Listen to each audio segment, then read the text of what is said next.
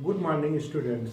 आज हम आपको बीकॉम थर्ड ईयर में प्रिंसिपल ऑफ मार्केटिंग के अंतर्गत यानी कि विपणन के सिद्धांत, आज का टॉपिक क्या है? Wholesaler and retailer. हिंदी में क्या कहेंगे? थोक एवं फुटकर विक्रेता। ये थोक और फुटकर विक्रेता क्या, इसके विषय में पहले मैं थोड़ा और आपको बता देता हूं। जब एक निर्माता किसी वस्तु को बनाता है और वस्तु बनाने के बाद उसकी पैकिंग कर देता है और पैकिंग के बाद विज्ञापन के माध्यम से उस अपनी वस्तु को विभिन्न उपभोक्ताओं को परिचित करा देता है या रूबरू करा देता है, जानकारी प्रदान कर देता है। तो अब समस्या ये आती है कि हम अब जो निर्माता ने उस वस्तु को बनाया है उपभोक्ता तक कैसे पहुंचाया जाए। तो इसकी जो ये कार्य कौन करता है? ये होलसेलर और रिटेलर करता है। जब ये होलसेलर रिटेलर के माध्यम से हम उपभोक्ता, जो हमारा अंतिम उपभोक्ता है, तो वहां हम ये अपनी वस्तु पहुंचाने का कार्य करते हैं। इनकी क्या भूमिका होती है?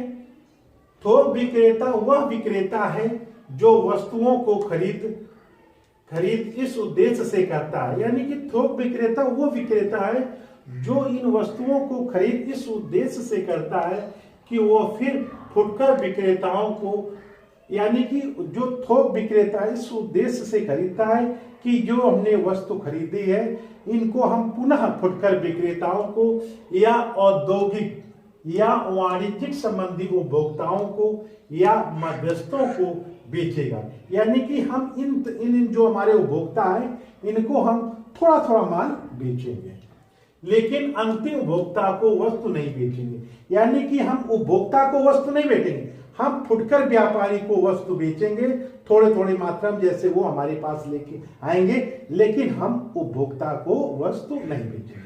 ये उपभोक्ता को कौन वस्तु बेचेगा? ये फुटकर व्यापारी बेचेगा। तो जो ये फुटकर व्यापारी है वो उपभोक्ता को वस्तु बेचता है। जो थोक व्यापारी है जिसको हम होलसेलर कहते हैं वो रिटेलर को अपनी वस्तु बेचेगा। यानी कि थोक विक्रेता फुटकर विक्रेता को माल देगा, उसके बाद जो रिटेलर है वो उपभोक्ता को अपनी जो उसने माल लिया है वो उस वस्तु को बेचेगा। इसका अब इस संबंध में क्या अर्थशास्त्रियों के क्या विचार है वो इस प्रकार है। सबसे पहला है मैनसन एवं रथ के अनुसार। तो ये एक अर्थशास्त्री है मैनसन एवं रथ, इन्होंने क्या कहा है? एक व्यक्ति या फर्म जो वस्तुएं खरीदते हैं, यानी एक व्यक्ति भी हो सकता है, एक फर्म भी हो सकता है जो वस्तुएं खरीदते हैं निर्माता से, और फिर उनको या तो फुटकर विक्रेताओं को पुनः बेचने के लिए एवं व्यापारिक उपयोग के लिए पुनः बेचते हैं। हम फुटकर व्यापारियों के लिए, रिटेलर को हम उनको बेचने के लिए, और जो व्यापारिक उपयोग के लिए, जो व्यापार में उपयोग के लिए हम उस वस्तु को पुनः बेचते हैं। तो ऐसी फर्म या व्यक्ति को थोक विक्रेता कहलाता है। जो इस तरह के जो कार्य करते हैं तो ऐसी फर्म या व्यक्ति को हम थोक विक्रेता कहते हैं। दूसरी एक और परिभाषा है अमेरिकन मार्केटिंग एसोसिएशन के अनुसार। जो अमेरिकन मार्केटिंग एसोसिएशन है उन्होंने इस संबंध में क्या कहा है? थोक व्यापारी फुटकर व्यापारियों या अन्य व्यापारियों को माल बेचते हैं। जो थोक व्यापारी है वो क्या करते हैं? वो फुटकर व्यापारियों को माल बेचते हैं, लेकिन वे अंतिम उपभोक्ता को सार्थक मात्रा में माल नहीं बेचते हैं। जो थोक व्यापारी का क्या काम होता है? वो फुटकर व्यापारियों को माल बेचना होता है, ना कि उपभोक्ता को माल बेचने होता है। उपभोक्ता को बेचने का अधिकार किसको है?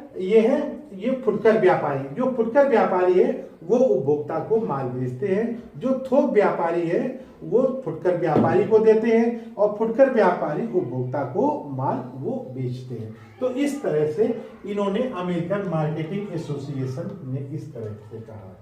तो अब नेक्स्ट है थोक विक्रेता के कार्य क्या है? तो थोक विक्रेता के निम्नलिखित कार्य है। सबसे पहले है नंबर 1 है वस्तुओं को एकत्रित करना।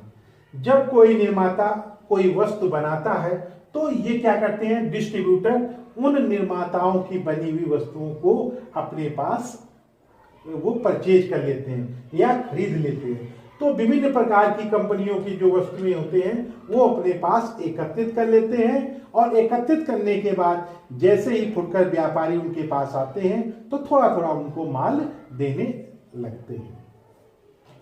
नंबर 2 क्या है? वस्तुओं का वितरण करना।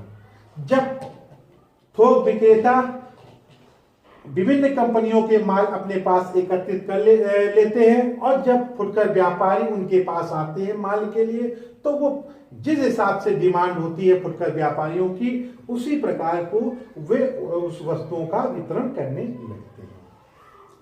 तीसरा है वित्त प्रबंधन।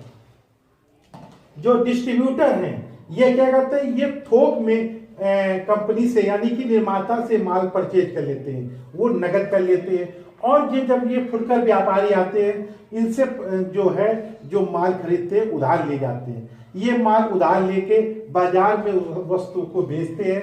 बेचने के बाद जब उनको पैसा मिलता है तो थोक विक्रेता यानी कि होलसेलर को उस पैसे को उनको वापस कर देते हैं। तो इस तरह से जो थोक विक्रेता है वो वित्त की भी प्रबंध करा देते हैं, जिसकी फुटकर विक्रेताओं को वस्तु को खरीदने में दिक्कत ना हो।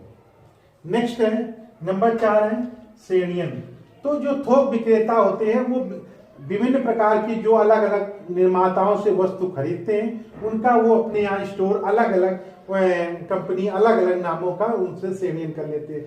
अलग कोई 1 kg का है, कोई 2 kg का या 5 kg का है, या अलग अलग ब्रांड के हैं, तो वो अपने स्टोर में उनका अलग अलग क्लासिफिकेशन कर देते हैं, अलग अलग स्टोर में रख देते हैं, जिससे कि जब कोई फुटकर विक्रेता आए तो उनको माल उस देने में कोई भी दिक्कत ना हो। इस वजह से वो अलग अलग अपने स्टोर में उस वस्तु को लगा लेते हैं, जिससे कि उनको देने में किसी भी प्रकार की कोई दिक्कत ना हो।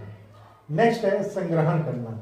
जो थोक विक्रेता क्या करते हैं? जब कोई निर्माता जब वस्तु को बनाते हैं तो वो उस निर्माता से उन वस्तुओं को खरीद लेते हैं, तो वो अपने यहाँ स्टोर कर लेते हैं। जब विभिन्न कंपनियों के उन्होंने माल अपने यहाँ स्टोर कर लिया, और स्टोर करने के बाद जब फुटकर व्यापारी थोक विक्रेता के पास जाते हैं, जैसी डिमांड होती है तो फुटकर व्यापारी थोक विक्रेता के पास जाते हैं, और जब थोक व्यापारी ने अपने यहाँ जो माल को संग्रहण किया है तो थोक विक्रेता के अनुसार उनके अनुसार उस माल को वो देने लगते हैं।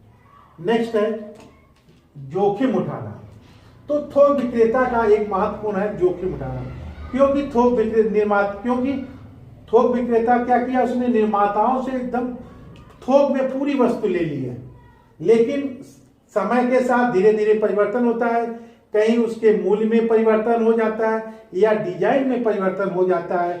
तो जब मूल्य या उसके डिजाइन में परिवर्तन हो जाता है तो वो वस्तु तो वो बेकार हो जाती है। तो इस वजह से ये जो होलसेलर है तो इसमें उनको जोखिम उठाना पड़ सकता है। तो इस तरह से वो थोक विक्रेता है वो जोखिम भी उठाते हैं। नेक्स्ट है सूचना देना। अब क्या किया? जब एक निर्माता ने किसी वस्तु को बनाया है तो होलसेलर को दिया, होलसेलर ने क्या किया है? रिटेलर को दिया है। अब ऊपर से ये 3 चैन चल रही है, निर्माता, होलसेलर, रिटेलर। अब रिटेलर के पास वस्तु जाती है और रिटेलर किसको दे देता है? उपभोक्ता के पास दे देता है। अब उपभोक्ता उस वस्तु को लेता है और उसको प्रयोग करता है। अगर प्रयोग करने के बाद अगर वो संतुष्ट हो जाता है तो उस वस्तु के विषय में वो रिटेलर को बताता है, नहीं भैया ये हम आपकी वस्तु ले गए थे, ये आपकी वस्तु बहुत अच्छी है। तो क्या करता है ये रिटेलर? ये जो उपभोक्ता ने उस वस्तु को रिटेलर को बताया, रिटेलर किसको बताएगा? होलसेलर को बताएगा कि जो इस तरह की जो वस्तुएं हैं ये उपभोक्ता को बहुत पसंद आ रही हैं। तो ये रिटेलर क्या बताया? होलसेलर को। अब होलसेलर किसको बताता है? निर्माता को। निर्माता कौन होता है? जो उस वस्तु को बताता है। तो इस तरह से आपने देखा उपभोक्ता, रिटेलर, होलसेलर और निर्माता के प्रति जो भी सूचनाएं होती हैं तो नीचे से पहुंच जाती। ऐसे ही कोई भी अगर सूचना देनी होती है निर्माता को, निर्माता किसको बताता है? होलसेलर को बताता है। होलसेलर किसको बताता है? रिटेलर को बताता है। रिटेलर बताता है उपभोक्ता को। इस तरह से एक काम जो होता है ये सूचना भी देने का भी कार्य किया जाता है। नेक्स्ट है परिवहन की सुविधा देना। अगर जो होलसेलर हैं वो जो रिटेलर को भी क्या करते हैं, डिमांड के अनुसार उनको परिवहन की भी सुविधा देते हैं, यानी कि उनके घर तक पहुंचाने, या उनकी दुकान है उनके दुकान तक उस माल को पहुंचाने की भी सुविधा देते हैं, जिससे कि फुटकर व्यापारियों को माल ले जाने में किसी भी प्रकार की कठिनाई हो। तो इस वजह से जो ये परिवहन है, जो थोक विक्रेता है, जिन्हें हम अंग्रेजी में होलसेलर कहते हैं, वो इस तरह की भी सुविधाएं देते हैं, जिससे कि जो वस्तु है जो फुटकर व्यापारी के दुकान तक वो पहुंचाने का भी कार्य करते हैं। तो इस तरह आपने देखा ये थोक विक्रेता के इस तरह के कार्य होते हैं। अब इसी में फुटकर विक्रेता के क्या कार्य होते हैं, तो फुटकर विक्रेता के सबसे कार्य इस प्रकार है। नंबर 1, आवश्यकता अनुसार माल की पूर्ति करना, यानी कि जब हमने होलसेलर से जो भी माल ले लिया है, अब हमें क्या करना है, अपने उपभोक्ताओं को माल देना है। जैसे हमें आवश्यकता होती है हम होलसेलर से माल ले लेते हैं और अपने यहाँ रखते हैं, उपभोक्ताओं तक उस माल को हम पहुंचा देते हैं। तो जो फुटकर व्यापारी है उनको अपने यहाँ स्टोर करने की किसी भी प्रकार की कोई जरूरत नहीं पड़ती है। नंबर 2, माल की पैकेजिंग करना। अब ये जब होलसेलर ने निर्माता से माल ले लिया, तो निर्माता भी क्या करता है, थोक विक्रेता की डिमांड के अनुसार वो अपने उन वस्तुओं को छोटे छोटे, जैसी डिमांड होती है, डिब्बे में या शीशी में उन पैक करने की व्यवस्था कर देते हैं, जिससे कि हमारा जो रिटेलर है उसको उपभोक्ता में को देने में किसी भी प्रकार की कोई दिक्कत ना हो। तो 100 ग्राम है, 50 ग्राम है, आधा केजी है, 1 केजी है, उसी प्रकार की वो माल की पैकिंग कर देते हैं। जो उपभोक्ता जिस मात्रा में वस्तु लेना चाहे उस मात्रा में वो वस्तु ले सकते हैं। ये माल की पैकिंग करना। तीसरा है साख की सुविधा।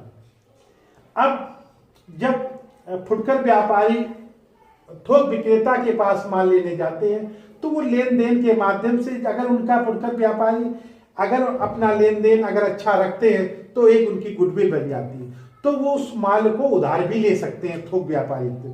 तो जो उनके व्यापार करने में, जो लेन देन करने में अगर उनकी व्यवस्था अच्छी होती है, तो वो माल को अगर उनके पास पैसा नहीं है तो वो अपनी, अगर उनकी गुडविल वगैरह बनी हुई है तो वो उधार भी ले सकते हैं। तो इस तरह से एक इसमें क्या है, साख की भी सुविधा होती है। अगर साख के माध्यम से हम उधार माल भी ले सकते हैं। नेक्स्ट है सूचना एवं सलाह देना। अगर कंपनी को किसी भी प्रकार उस जो वस्तु बनाई उसकी में अगर सूचना या सलाह देना है, तो वो कंपनी क्या करती है, वो होलसेलर को उस विषय में जानकारी कराता है, होलसेलर रिटेलर को जानकारी कराता है, रिटेलर जो है उस जो वस्तु है उसके अपने उपभोक्ताओं को उस विषय में जानकारी कराता है कि इस वस्तु में इस तरह की ये सुविधा कर दी गई है, या इस वस्तु में इस प्रकार की ये कर दिया गया है, जिससे कि उपभोक्ताओं को उस विषय में जानकारी प्रदान हो जाती है। ठीक है। नेक्स्ट है क्रय की सुविधा देना। जो फुटकर व्यापारी है जगह जगह अपने दुकान लगा के उपभोक्ताओं को ज्यादा दूर न चलना पड़े, उनके दरवाजे पे वो चीज उपलब्ध हो जाए, तो ये किसका काम होता है, फुटकर व्यापारियों का काम होता है, रिटेलर का होता है। तो रिटेलर होते हैं जगह जगह दुकान खोल के अपने उपभोक्ताओं के लिए वो वहां पे दुकान लगाते हैं, जिससे कि उपभोक्ता को उस वस्तु को लेने के लिए ज्यादा दूर चलना ना पड़े। तो इस वजह से उनको पास में वो सुविधा दे दी जाती है, जिससे कि उपभोक्ता उस वस्तु को क्रय करने में उनको सुविधा हो जाती है। नेक्स्ट है जोखिम उठाना। ऐसे ही जब फुटकर व्यापारी होते हैं तो वो उनको जोखिम की मात्रा कम रहती है, क्योंकि वो थोड़ी थोड़ी मात्रा में वो थोक विक्रेता से माल लेते हैं, लेकिन फिर भी उनके पास भी कुछ ना कुछ स्टॉक बना रहता है। अगर मूल्य में परिवर्तन हो जाता है या डिजाइन में परिवर्तन हो जाता है या किसी कारणवश वो अप्रचलन वस्तु हो जाती है, तो इसमें थोड़ा उनको भी जोखिम उठाना पड़ता है फुटकर व्यापारियों को। इस तरह से उनको भी जोखिम उठाना पड़ता है। नेक्स्ट है विभिन्न निर्माताओं से संपर्क से मुक्ति। अब फुटकर व्यापारियों के लिए सबसे अच्छा क्या होता है, वो थोक विक्रेता यानी कि होलसेलर के पास जाते हैं और विभिन्न प्रकार के जो उनके वस्तुएं लेने होते हैं वो थोक विक्रेता से मिल जाते हैं। विभिन्न कंपनियों की वस्तुएं उनको एक जगह मिल जाती है। तो थोक विक्रेता जो फुटकर व्यापारियों हैं, जो व्यापारी हैं, जो विक्रेता हैं, उनको विभिन्न निर्माताओं के पास नहीं जाना पड़ता है, क्योंकि उनकी जो पूर्ति कौन कर रहा है, थोक विक्रेता कर देता है। थोक विक्रेता क्या, सारी कंपनियों को माल वो अपने पास रखता है और जो फुटकर विक्रेता उनके पास जाता है, जो भी उस डिमांड होता है, डिमांड के अनुसार वो थोक विक्रेता से ले लेता है। तो ये फुटकर विक्रेताओं को भी लाभ होता है कि वो विभिन्न कंपनियों के पास उनको नहीं जाना पड़ता है। वो जो भी उपभोक्ता की डिमांड होती है वो एक जगह थोक विक्रेता के पास जाके जिस कंपनी की डिमांड होती है उसी कंपनी के पास, थोक विक्रेता के पास जाकर उस वस्तु को ले लेते हैं। इस प्रकार को फुटकर व्यापारियों को विभिन्न विक्रेताओं के पास नहीं जाना पड़ता है। तो इस तरह आपने देखा प्रिंसिपल ऑफ मार्केटिंग के अंतर्गत जब कोई निर्माता किसी वस्तु को बनाता है, वस्तु को बनाने के बाद उसकी हम कैसे पैकेजिंग करें, पैकेजिंग का मतलब होता है उस वस्तु को कैसे हम सुरक्षित कर लें कि उसमें किसी भी प्रकार की कोई भी कमी ना हो, ना उसमें चोरी हो पाए, ना उस मात्रा में कमी हो पाए, ना उसके रूप या डिजाइन या उसमें गुण में कोई कमी ना हो पाए। तो इस तरह से वो पैकेजिंग करवाता है। पैकेजिंग के बाद वो विज्ञापन कराता है। विज्ञापन इस वजह से कराता है कि उसने निर्माता ने उस वस्तु को बनाया है तो जो उपभोक्ता है उस वस्तु के विषय में परिचित हो जाए। जब उस उपभोक्ता उस वस्तु के विषय में जब परिचित हो जाता है तो वो उपभोक्ता उस वस्तु को लेने के लिए प्रेरित होता है। जब उपभोक्ता उस वस्तु को लेने के लिए प्रेरित होता है तो फिर समस्या आती है उपभोक्ता उस वस्तु को कैसे ले, तो उसका माध्यम होता है होलसेलर एंड रिटेलर। होलसेलर और रिटेलर के माध्यम से उपभोक्ता तक वो वस्तु पहुंचाने का कार्य किया जाता है। तो इस वीडियो के माध्यम से होलसेलर के क्या कार्य है और रिटेलर के क्या कार्य है तो मैंने इस वीडियो के माध्यम से आपको बताया, और उपभोक्ता तक कैसे माल पहुंचता है वो भी आपने इस वीडियो के माध्यम से देखा है। नेक्स्ट वीडियो फिर मिलेंगे, तब तक के लिए नमस्कार।